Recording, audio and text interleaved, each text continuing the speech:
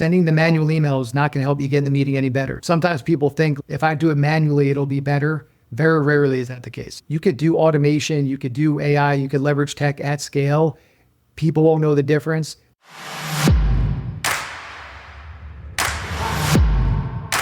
Welcome back, Millionaire University. We're going to have such a great conversation today about something that you may not be incorporating into your business. I know I have not been, but it's really powerful, really important if you want to see those leads and sales and be really proactive about growing your business. Today's conversation is going to break this down on how we can do this with cold email outreach. And we're not just talking any cold email outreach. We're not talking about 2011 cold email outreach. We're talking about modern, systematized, intentional outreach. And our guest today, Adam Rosen, has used this exclusively to not only grow his business, but sell his business and now launch a new one. Email marketing is not new. Cold email marketing is not new. And it might be something you have a bad taste in your mouth about. But after today's conversation, I promise you're going to look at it and think about it a lot differently. So let's get into this with Adam Rosen. Class is officially in session. Welcome to Millionaire University, Adam. So great to have you today. I am really excited to hear what you have to teach us about cold outreach and email marketing. So let's dive in and give us a little bit of your backstory and how you got started. Yeah, first and foremost, thank you so much for having me. I'm excited to be here. Yeah. So from my side, I've never worked a true corporate job. I started my first company fresh out of college. So I had my first startup, which I had for about 5 years. I sold that company back in 2019. And the reason why I bring that up is because how we got just about every customer. And a lot of them are big brands, like think Bank of America, Amazon, Apple, Goldman, Disney, all these big brands. We didn't get them from having previous relationships in our space because, well, I started it right out of college. We didn't have a huge marketing budget because while we raised some money, it wasn't a substantial amount of money. We got almost all of our customers from just being scrappy. And the way we did it was through cold email. So when I sold the company, I started to do a lot of work with different companies. And, as you can probably relate to, and probably a lot of the audience, we all know how important top of the funnel is. New sales opportunities are for really any company, especially when you're not a big brand like an Amazon or an Apple or a Disney that just has the leads coming to them. So that led me to starting my current company, email outreach company, now about 3 years ago, where we set up sales appointments for our customers and we do it all through cold email. Wow. Now, this is something, we'll just say it, like it gets a bad rap. People talk about cold marketing, like try and warm people up. But I have found in being an entrepreneur and being a business owner, there is a level of, yes, you want to do attraction marketing, you want to do content marketing. All those things are great and they have their place.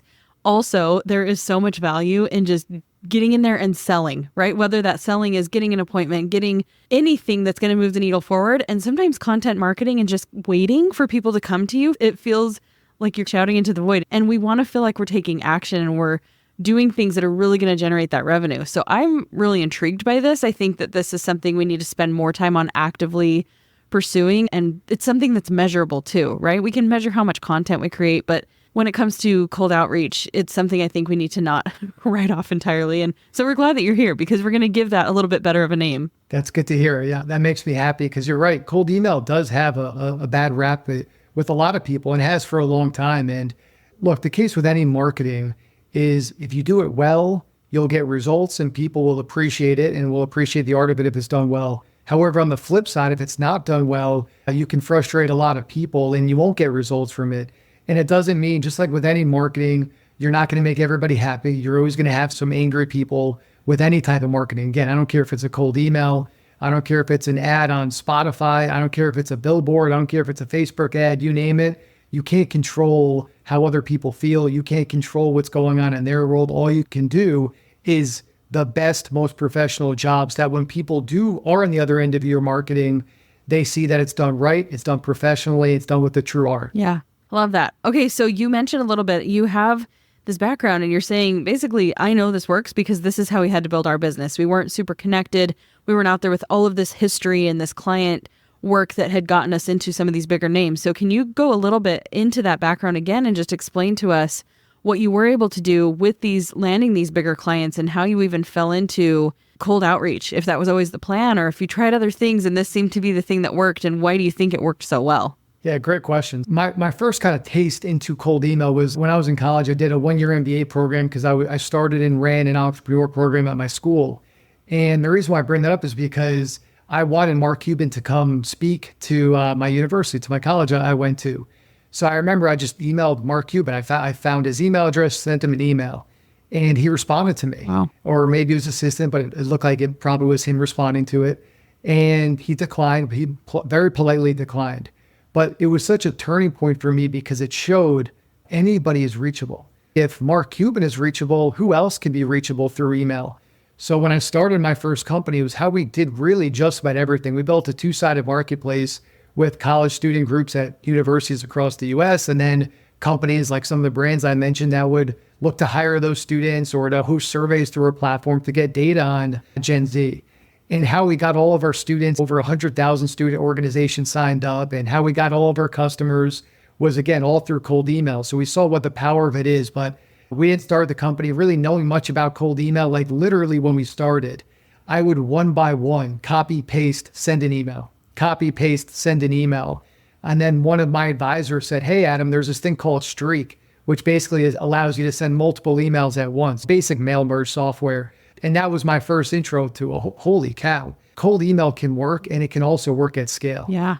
Yeah, because that is something that people might run into. And I want to get into all the details and depth of this, obviously, on today's episode. But that is something that you might look at. That's not replicatable. That's going to take forever. But again, can we just play devil's advocate for the other side of this equation of, do you know how much time it takes to create one post on social media?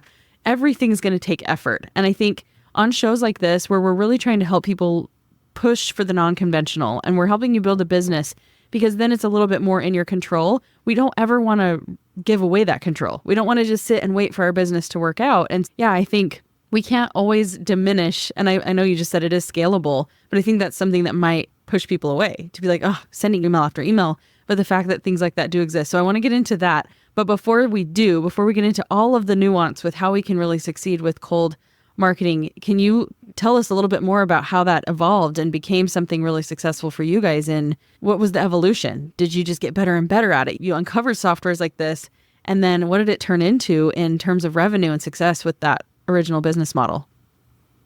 Yeah, so with the original business, and a lot of it was just test, you learn, you get a little better, you get a little better, you get a little better. And now I look back at what we were doing with that startup, we were so amateur, we were so 101 level. Now looking at what we're doing now, because of the complexity, the level of complexity that does go into cold email today in order to get results. And we'll go through all this, of course, and how to do this, how to make it easy, because really anybody listening to this should be able to leverage cold email to grow your customers. And I have a million different examples we could talk through of how different listeners could get value from it. But for us, just to give more insight, how we raised money for that startup was actually through a cold email. It was from cold emailing someone to see if he would be interested in potentially investing in our startup. He ended up becoming our anchor investor. It was how we got just about all of our customers was through cold email. I mentioned some of the big brands. It was even how we found the company that bought my company. Wow. Was through cold emailing different people in the college marketing space. And we ended up finding the company that ended up purchasing mine, again, through cold emailing them. And so that was really how we did just about everything. Like I can't overstate how important it was to my previous startup. And that's why when I sold the company, I started to advise a lot of different startups. And one of those startups I was advising was a tech startup. And I remember meeting with their CEO, this probably three and a half years ago at this point. And he was like, hey man, my head of sales, she's really struggling to get meetings on the books. Can you help? And I was like, yeah, what is she doing when it comes to cold email? So I talked to her. And once I spoke to her, I saw there was such a big gap with what they were and what they most importantly were not doing with cold email. And I just called up my business partner from my previous startup. I said, hey man, I think we can really help these guys. Let's put something together for them. And they became our first customer. And again, now we've been doing this for over 3 years, servicing over 100 customers and some very big brands where we're doing all their cold email and email marketing outreach to help them get more sales appointments. Wow. So cool. Okay. I know I'm eager to hear how we can get into some of these complexities and even starting simple with getting into cold email marketing. So where do you suggest we start this conversation, this training of sorts to get people going? I think number one, it's understanding what is cold email and also how it's changed. Because if we understand how it's changed, then we will understand what we need to do in order to be successful. Yeah. First of all, what cold email is on the most simple level, it's connecting person A to person B, right? Like I want to get in touch with this potential buyer. So for me, it's a lot of heads of marketing, heads of sales. That's who I want to speak to for my company. Cold email is a way for me to target them. Now, how you do it is you get an email list. There's a million different ways to get email lists. I can go through a bunch on this session here, but you get an email list, you write some copy, you send an email, you try to book a meeting with them. So that's the basics of what cold email is. Now, to give everyone an idea of just how much cold email has changed, about a year ago now, when we would service our customers, what we would do is we would create one cold email sending domain and a few email accounts that we would send from. The reason you do that is because you should never, ever, especially now, mass email, even 20, 30, 40 or more emails per day. You should not do that from your main domain. The reason why is if you do, you are at a high risk of being marked as spam. And if your email gets marked as spam, there's a chance that any email within your domain can be marked as spam, which means that emails to potential customers or to customers might now be going to spam. So anyone who's listening to this, if you're sending any type of mass emailing, please do not do it through your main domain. Always create a backup domain that you send from. Okay. So what would that look like? I'm using ConvertKit. I'll speak for the most of the audience that are like, okay, maybe some people are really seasoned with email marketing. Maybe some are brand new. I have a ConvertKit address. It's through my main domain. My sending email is my name. So in that case, you would recommend having a backup domain. Is it a similar spinoff of the existing domain, or what would that look like? Exactly. Kirsten, can you just give me what is your exact URL? KirstenTyrell.com. So instead of KirstenTyrell.com, it could be KirstenTyrellWorks.com or KirstenTyrell.co or try KirstenTyrell.com, like slightly nuanced variations of your domain that will redirect back to your domain. So if they ever type in that URL, they'll still go to your domain. So they'll never really know there's any difference to it. Yeah. And it's so important. We're like now when we work with our customers, we're creating on the low end 20 domains. We have some customers with a few hundred domains that we're sending from, 5, 6, 7, 800 email accounts that we're sending from some of our customers. So it's so important to have these subdomains that you're sending your emails from, and then that you have emails with managed sendings, so that you're not over sending, so that you can land in the inbox. So is this something you can do within your email provider where you just have multiple domains within that account? Or are you having to set up a separate email provider for every single domain? Yeah, so you'll set up a separate email provider through a GoDaddy, and it can be tough too, because look, like setting up DNS records and DNS records for context, that's basically like your registration stickers on a car.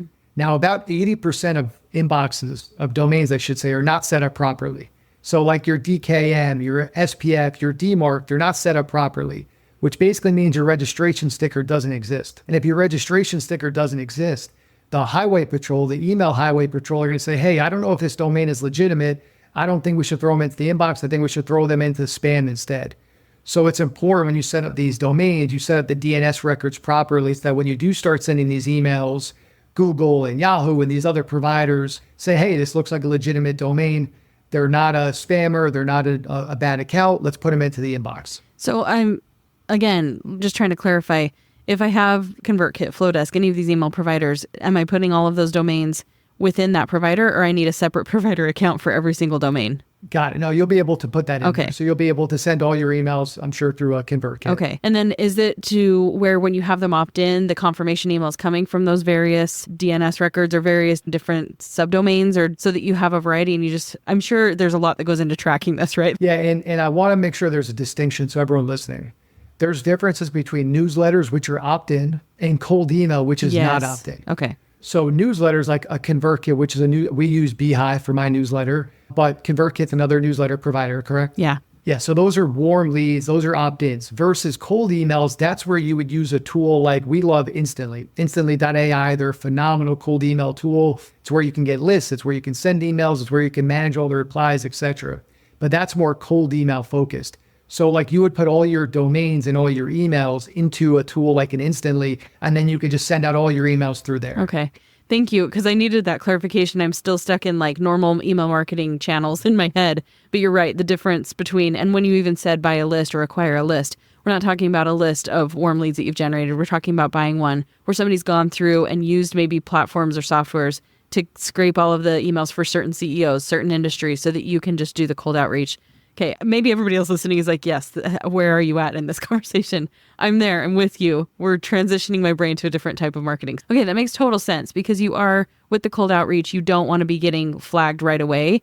And it also makes more sense that we're not doing this individually through my typical outbox of sending email after email. So it's just more of the automation and the systematization of cold outreach. Okay, we're all up to speed. We're on the same page. Awesome. I like that. That was good working through that. That was good. Yeah. Okay, so let's go on to the next step. We want to make sure that we're being intentional about the separation of that and having those multiple domains that we're sending from. And then what's the next step in making sure this is actually successful? So we have the domains, the emails, we call it your sending infrastructure. Okay. Now, part of that is you want to warm up these email accounts. And all these different tools do this. Basically, what it does is it sends like fake emails to different email addresses so that it looks like this is an email that's used to sending and receiving emails. You should do that for about 2 to 3 weeks. Once that's ready, that's when you can start sending actual emails to your prospects. Okay. That goes into like, hey, you don't want to just create the domain and email, then blast out a bunch of emails. If you do that, Google, Yahoo, they're going to say, hey, this is probably a bad sender. Let's mark them as spam. Your domain's be blacklisted right away, and you got to start the whole process over again. So you want to warm it up for about 2 to 3 weeks. Now what's really important is understanding who is our ICP. So who is our ideal customer profile? Maybe you're reaching out to CEOs or founders or owners of companies with under 10 employees. Maybe you're reaching out to people in a marketing department with 500 to 1,000 employees. Maybe you reach out to a certain sector like financial services, and maybe you reach out to operations within those companies. Whatever your ICP is, that's what we want to figure out next. Now, why that's important is because we want to get high quality lists so that we can reach out to those folks. You don't want to just send an email to anyone and everyone because one, that'll be very expensive. And two, you're going to get a lot of people that are not actually a potential customer of yours. Yeah. Like for me, I don't have any interest in talking to the CFO of a company with 3 employees. That's never going to be a buyer of mine. I don't want to waste my time doing that. So I want to reach out to heads of sales, heads of marketing at my type of companies because those are the only conversations I really want to have because they could be my actual customers. Yeah. Okay. So you want to figure out who your list is, then you can easily get lists through tools like an Instantly or through other providers. Okay. And those are things that you're going to be paying for, right? It's an asset that you're investing in to save the time of going and identifying all of those emails and those people yourself. Correct. Now, the good thing, though, is lists used to be so expensive. A year ago, we used to sell lists. Not often, but like some people come to us and buy lists. And we would sell for 30 to 40 cents a contact. And that actually was a really good deal because most other list providers were much more expensive. There were some list providers that are like over $1 a contact. Now, because of tools like an Instantly, as I mentioned earlier, you could get lists for like literally pennies, like 2 to 3 cents a contact. And there's other providers where it's even cheaper. And there are also very high quality lists out there too. So lists, yes, that is an asset you need to pay for, but they are a fraction of what they used to cost and much easier to get than they used to be too. Like it used to be a pain in the behind to get them over a year ago, where if you didn't know the space well, it was really hard. Now it's very easy for anyone to get lists. Okay. Good to know. So I want to rewind just a little bit too, because when I was clarifying the difference between your newsletter, your subscription emails, and then sending these, because I've wondered this before, what is the legality? And I know you explained this with where you've just acquired this list, you've paid for this list to plug somebody into an email marketing platform.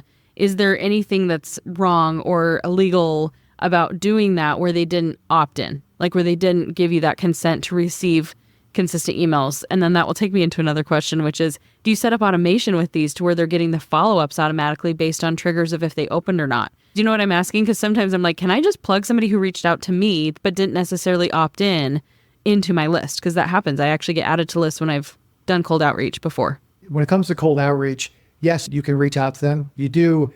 Technically in the US, there's something called the Can-Spam Act, which you technically have to follow. It's very easy to follow.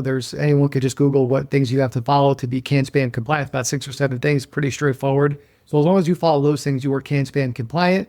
With that said, the Can-Spam law is not something that really anybody should be concerned with, but I'm not giving legal advice there. You can easily just follow the 6 to 7 things you have to do to be Can-Spam compliant. So that's number 1.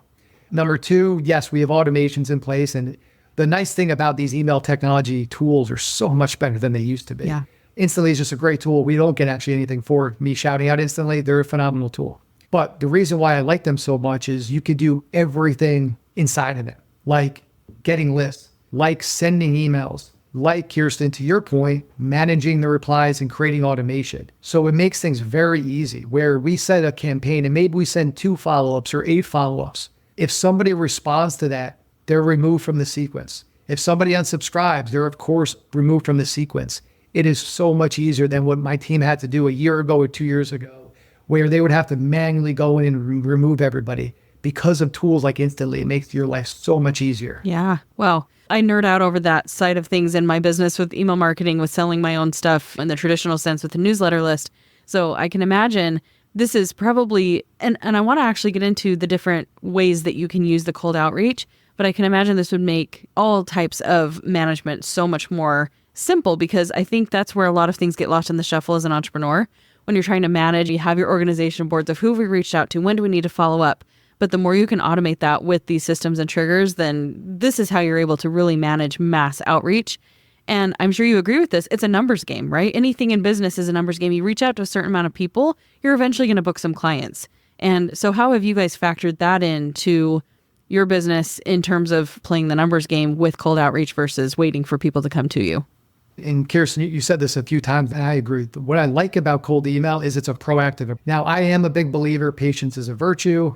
But on the other side, I also did grow up in New York, so I'm probably not always the most patient person. And there's a lot of people I know. My sister, when she started her business, and she now works with my company full time now, but she would do a ton of content. And it was such high quality content. She would post on her Instagram constantly, and she would get 11 likes here, 19 likes here, 4 likes here, and just no customers, period.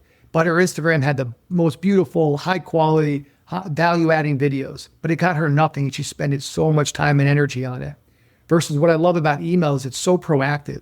If you want to get to VPs of marketing with companies with 1,000 or more employees, you can get to them like that.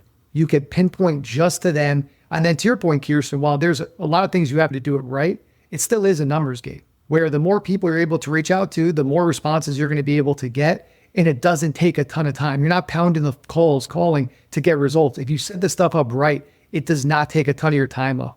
For context, I have a small team. It's just 8 of us total. That includes my co-founder and I. We're managing about 3,000 email inboxes right now. About 3,000. Wow. And there's only 3 people on my team whose job it is to respond to every single email that comes through and to book every meeting for our customers. 3 people that are able to handle over 3,000 email inboxes. That's why anyone who's listening to this, it is not, I know it may sound, and I know it may sound from what I'm talking about, that this is a huge process and super, super complicated. It's going to take so much time of yours up. I promise you it's not. We do not have a huge team at all. And we're able to handle this stuff with a lot going on. There's over 1 million emails, 3,000 inboxes. We're getting hundreds, if not thousands of replies every day. And we're able to manage all that. Wow. That's really encouraging. And my question to spin off of that even is, do we wait until we have all of the automation and everything set up to even start launching? Or is there an ease into this whole process to where maybe before, I know you mentioned you have to warm your domain up for a few weeks and send and whatever, but beyond that, when we start buying lists, is it, let's do it manually for a little bit and then we plug in the automation? Or is it, let's set up all the automation first before we even start sending out an email? There's no reason to do it manually. Not unless you see, hey, here's this one person that fits what I'm looking for. There's sometimes I'll come across somebody, maybe they post something on LinkedIn, like I'll send them a very personalized email where I'm just say, hey, I saw something, I'm going to send you a manual email. Every other meeting that gets booked for me, I don't do anything. My team does it all. It's all automated. The automation is not hard to do either. Yeah. It's very straightforward where, no, you might as well automate the whole thing. You don't have to overthink it. Sending the manual email is not going to help you get the meeting any better. Sometimes people think if I do it manually, it'll be better. Very rarely is that the case. You could do automation, you could do AI, you could leverage tech at scale. People won't know the difference. It'll look like it's as personalized as if you sent a one-on-one email. I think even part of the reason I'm asking that is sometimes in business, we can get so hung up on setting up all the automation first without even starting to test out to see what emails are going to resonate with people and what's going to work. And so we build out, I do this with sales emails. You build out a whole entire sales structure and automation, and then you find, oh man, I should have tweaked this and started to send it first before we started putting it to the masses. So I think more that's what I'm asking too. Is there any benefit to making sure that the system and the whole thing works? And I don't mean your system, because I'm sure all of the tools and the way that you approach it does work, but even with your specific subject matter, your offer, what you're pitching, all of that before you integrate this mass system. Yeah, the reason why I say to do the system is I'm not trying to undercomplicate it. Yeah. It really is not. Like the whole system, at least of the automation system of writing the copy and getting the list and sending the emails and creating the sequences. This is stuff that we're talking like an hour or less. This is not going to take you days and days. And I totally agree. everything is an iteration. It's your A, B, C, D, E, F, G testing. Like you're constantly testing things, but you want to allow the market to give you the data of this, is this working or is this not working? And if we're doing things manually, we can't really do it at scale enough. If we don't do it at a large enough scale, the data we're going to get in return may or may not be reliable. So my recommendation is to test it, give it a month or two, see what the results are. Unless you're getting crazy results in a week or two and you know it's really not working for whatever reason, you can pivot and change things, but it's very easy to change stuff. I would create automation from the start, mainly just because it's not like this is a 3-week process of implementing it. It'll take you an hour or 2 hours or less, depending on if we're or someone else helping you with it. Yeah. Okay. That's really encouraging because I think as an entrepreneur, we look at all the things that you have to build out and it does usually feel like it has to take weeks or several days. So to hear is we're talking hours to get this set up makes it feel a lot more attainable and you just want to get going. You just want to start collecting the data at scale. So that makes perfect sense. Now, when it comes to back to that numbers game and you're mentioning in the beginning, we don't want to be sending more than 40 emails a day per domain. So you acquire these huge lists. How often are you having to go and find new leads compared to we really have a lot that we can work with several weeks of people here because we're not sending to thousands of people per day. In my mind, I think sometimes I get into this scarcity of after a week, aren't you done? Haven't you reached out to every human being that you could possibly work with? What do you do next? Or how long are you looking at? Is this just a never ending? There's always more people to reach out to? There are some companies that have 274 companies that could be a potential customer. For them, it's a lot harder. You have to do a lot of ABM, account-based marketing strategies together. Most companies, especially startups, are the opposite of that though. Like most of us have huge universes of potential customers, like 5,000 customers, 10,000 customers, 100,000 potential customers. There's always new customers coming in. Like one of our customers, they focus on a very high net worth individual for their offering. You would think they would have a very small universe. Their universe is about 150,000 people or so. And you would think they're very targeted and niche. So no, this is stuff like even for my company, I've been doing cold emailing for my own company since we started 3 years ago. Actually about two and a half years ago, because we did try to get new customers for the first 6 to 7 months.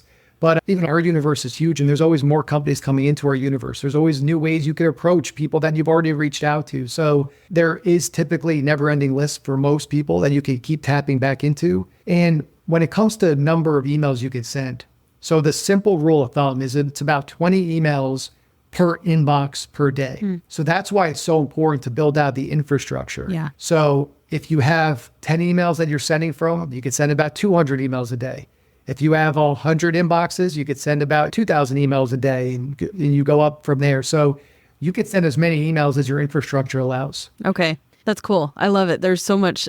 My wheels are spinning as I'm thinking about how I can incorporate this. And I want to get into, now that we've talked about structure a lot, and I'm sorry we've hammered that in for a good chunk of time, I know that there's also strategy within the outreach email itself. And I know this has probably had to evolve. And like we said, there's iterations and it depends on your industry and what you're selling. Before we even get into the meat and potatoes of what that should entail, are there certain industries that are harder, that are more regulated, that you can't really get away with cold pitching, or does pretty much anything go when it comes to that? Pretty much anything goes. I'm trying to think if there's a specific industry that was like legally more of a pain. The one that's probably always was the toughest was when we would reach out to lawyers, mainly because the lawyers, they would come back with some legal jargon sometimes. But there was nothing wrong with emailing them. They just were a tougher audience to go after. But not really. The key is just how interesting is your pitch. We've worked with some businesses where it hasn't worked. I remember we worked with a really nice company. They did like printer repair work in Northern California. Really nice people, but we emailed a ton of people. We tried shifting their pitch a million different ways, but it's really hard to find people that are interested in repairing printer work. That's a very niche product that not everyone's looking for unless their printer's breaking. So like that was tough to get meetings for when it comes to cold email. But it's really just how interesting is your hook? How interesting is your pitch? How interesting is the problem that you solve? How compelling? That's really what it comes down to. And it can work for really just about any industry. Yeah. Okay, so let's get into that. What is the pitch? How do we perfect that pitch? And what have you found that seems to work when we have some things against us, where email marketing in general, people are masking emails. We're not necessarily seeing the same deliverability and open rate because of regulation on email. So once we overcome even just that by having some good structure in place, what do you see working to where people aren't glazing over, where they have hundreds of emails hitting their inbox every day? What have you guys found to work that might across the board be a smart approach? So first, let me tell you about a couple of basics when it comes to email sending and email structure. And then I'll give you some things that we use that have 2x and even more our replies and meetings that anyone can implement today. You could steal it, have fun with it, and go have a field day. Cool. So when it comes to structure, a simple way to think about it is you always want to keep things short and sweet. So the first line should be something like, what's the purpose of your email? One sentence on its own line. The second should be, what's the problem you solve? Next is, what's your solution? One sentence. Next, what's your social proof? So I've worked with brands X, Y, and Z. I've been featured on A, B, and C. Then your call to action. Hey, are you free for a 15-minute call? That's a simple structure anyone can use. Take that and your email will already be better. Mm-hmm. Number two, if you want we have a free ChatGPT prompt. If you want access to it, just send me over an email. I'll give you access to it to recreate some of our higher performing emails for your company that you could take. It'll give you some follow-ups. It'll give you our main email. It'll even put something called spin tax in it. Spin tax, basically what that does, it's another reason cold email has changed. Before you could get away with having one good piece of copy. Now that's not good enough. What spin tax does, it randomizes your copy so that every email looks slightly different. Interesting. So that Google and Yahoo and these other providers, they don't realize that this is a mass email. It's just to trick the providers. So you can have access to that ChatGPT prompt. We'll either put it in the show notes or just send me an email and I'll get that to you. Perfect. Now, the third thing, when you get advanced, there are some amazing personalization tools that exist today, like a tool like Clay.ai, which you might be familiar with, maybe some of the listeners are familiar with. Personalization in email used to be like, hey, I saw you went to this university. What do you think about our mascot? That is crap personalization. It's a pet peeve of mine. Nobody cares. It adds no value to me. Yeah. Now personalization has gotten so good where it literally seems like I just did research on your website for 30 to 45 minutes and just wrote you the most manual email to try to get your attention. Yet I just sent it to 10,000 people and every email looks hyper personalized. Like I went through your website, I checked everything out about you, and here's a personalized email to you. Now it's very complicated to do this, so that's only for the advanced folks. But if you can learn tools like a Clay.ai, it's 2x our response rate, our meeting rate, and it can for you too, but it is complicated. I'm very happy that my co-founder runs that side of the business because when he takes me through his Clay tables, it does make my head spin a little bit. So it really is only the advanced level of email. Now, some basic hacks I'll give you guys, even though I don't love that word.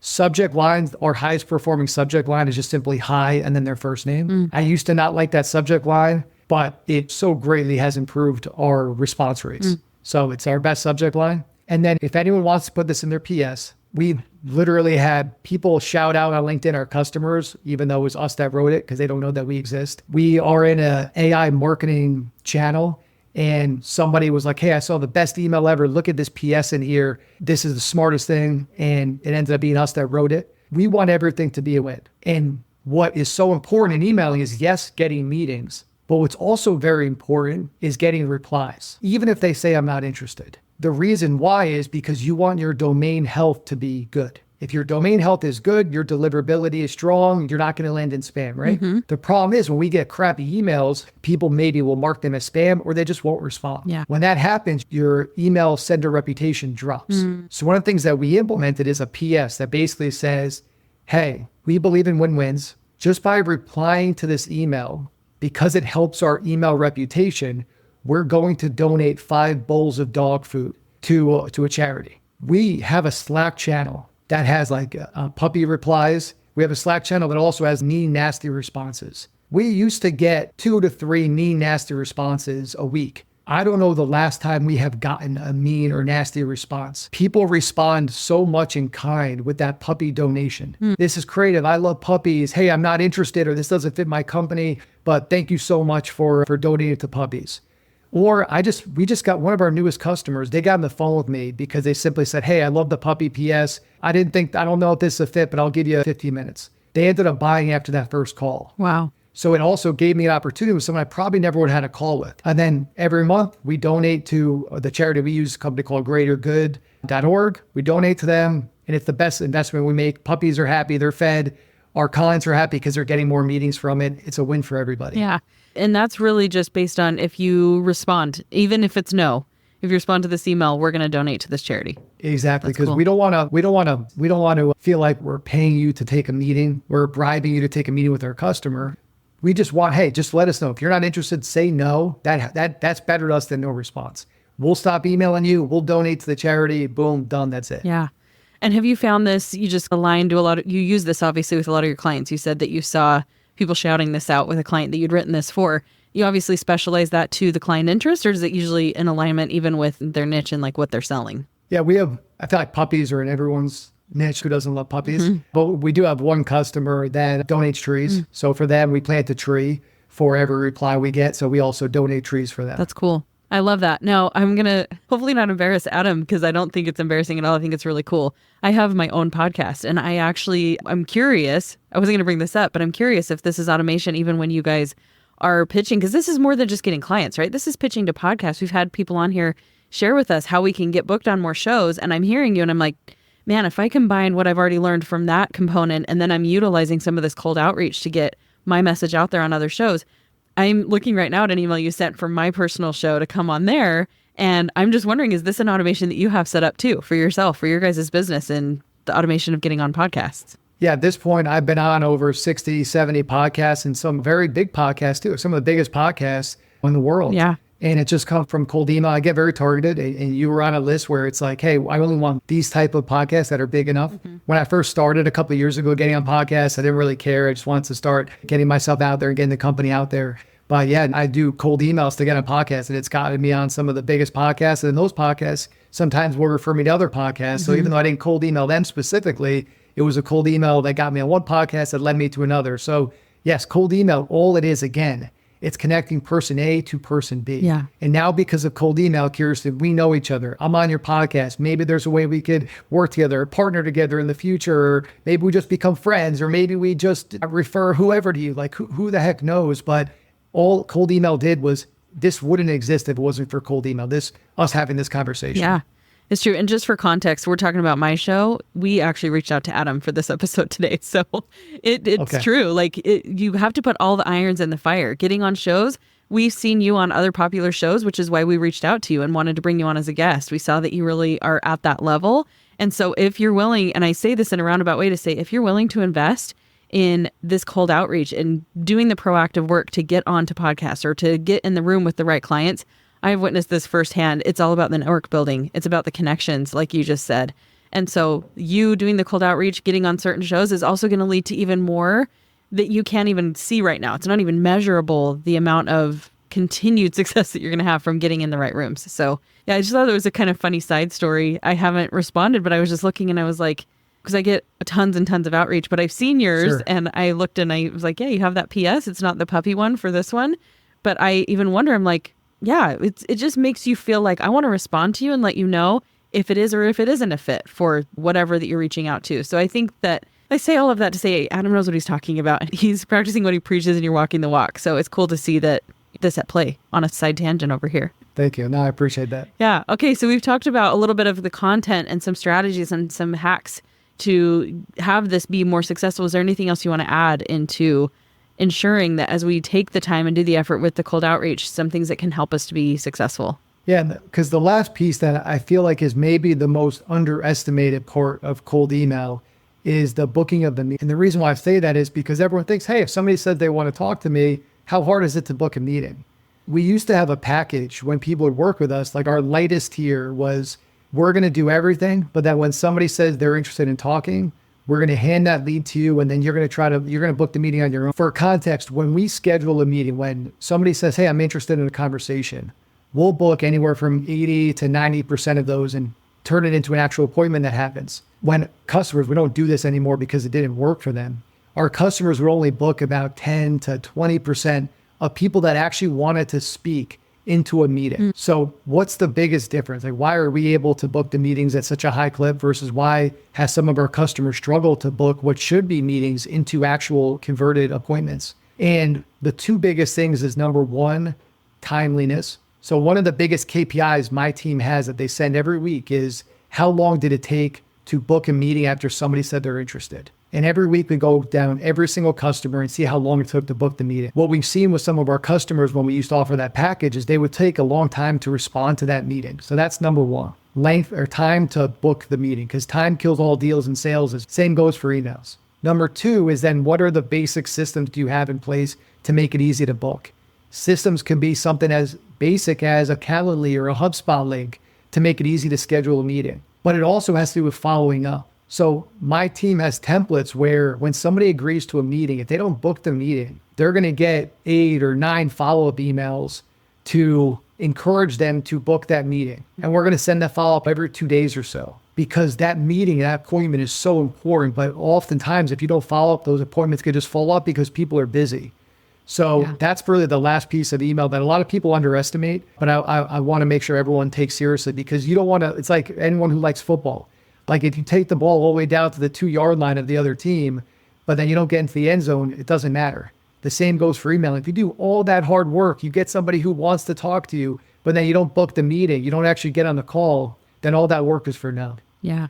Yeah. So make sure that all of the ducks are lined up all the way to the very, very bitter end. And I love this about mapping and automation is what is the customer behavior? What is the client? What is the outreach behavior going to be? Make sure you've planned for every single scenario, whether they don't respond or if they do respond and they are interested, cover all the bases, and then you're going to win the game. Exactly. My old baseball coach in high school, it always sticks with me, is preparation is the key to success. And to your point, Kirsten, it's you want to make sure that you have the systems in play, basic systems. They don't have to be super complicated. Just, hey, if somebody doesn't respond, are they getting automated emails to make sure that they get your emails and hopefully will respond. When somebody is interested, what's your template that you're going to use to book the meeting? If somebody says, hey, now isn't the right time, what's your template? If somebody says, I'm not interested, what's your template? What are the basic systems to save you a lot of time on the back end and also help you get better results on the back end too? Yeah. Wow. I love this. This really was timely for myself. And I think probably a lot of people listening where we really do want that proactive approach to our business. And this doesn't feel scary. It doesn't feel weird. It doesn't feel icky. It feels like great business. It feels like a great proactive approach to having success, reaching the right people. Because at the end of the day, there's great ways to connect. And if we try to just like hands off everything that we're doing, then it just makes the process so much longer. So I appreciate you sharing both sides of this with the strategy and the structure, and then also what needs to go into this to make it actually hit and connect with the right people and lead to success long term. So thank you, Adam. You know your stuff. I appreciate you indulging all of my curiosity and my coming to grips with understanding the whole entire thing. And it was just great. Thanks so much. No, I appreciate you, Kirsten. I love the work that you're doing. I appreciate the work that you're doing, and I appreciate being on the podcast. Yeah. So where can we continue to connect with you if this is something like myself that people want to learn more about? They really want to get into this and get started. I'm sure you have some resources that we can dial into after hearing the basics here on the episode. Absolutely. So the easiest way to learn more is if you go to EOCworks.com. That's my website. And if you have any questions related to email, please don't hesitate to reach out. My email is adam@EOCworks.com. Whether you want our ChatGPT prompt, if you have any questions about cold email, no question is too small. So don't hesitate to reach out. Whenever I get in these podcasts, I always love the initiative that people take when they're listening to whatever type of personal growth podcast, whether it's ones about business or sales or marketing or self-development, whatever it is. I always give people so much credit for taking the initiative to learn and grow when you don't have to. Yeah, anyone who's listening to this, please don't hesitate to reach out if I can be helpful in any way. Thanks again, Adam. This is great. Thank you, Kirsten. I appreciate it. What a powerful episode. Thank you so much again, Adam, and our other show sponsors for making this masterclass episode possible. I know that I learned a ton, and I'm sure that you did as well, as is the case with all of our phenomenal episodes here at Millionaire University. I think it's really important to consider there are so many different ways to build a business, so many different marketing strategies. And what you really have to listen to is what aligns with you, what makes sense based on what you're building and how you want to show up and how it fits within your lifestyle and everything that you're trying to do. So if this was right up your alley, go check out everything that Adam is doing and sharing, and use cold email outreach to help expand what you're trying to build. And be sure to check the show notes for all of our free resources that we provide to you to help you build a business where you can graduate rich, not broke. And we'll see you guys on the next episode. Class dismissed.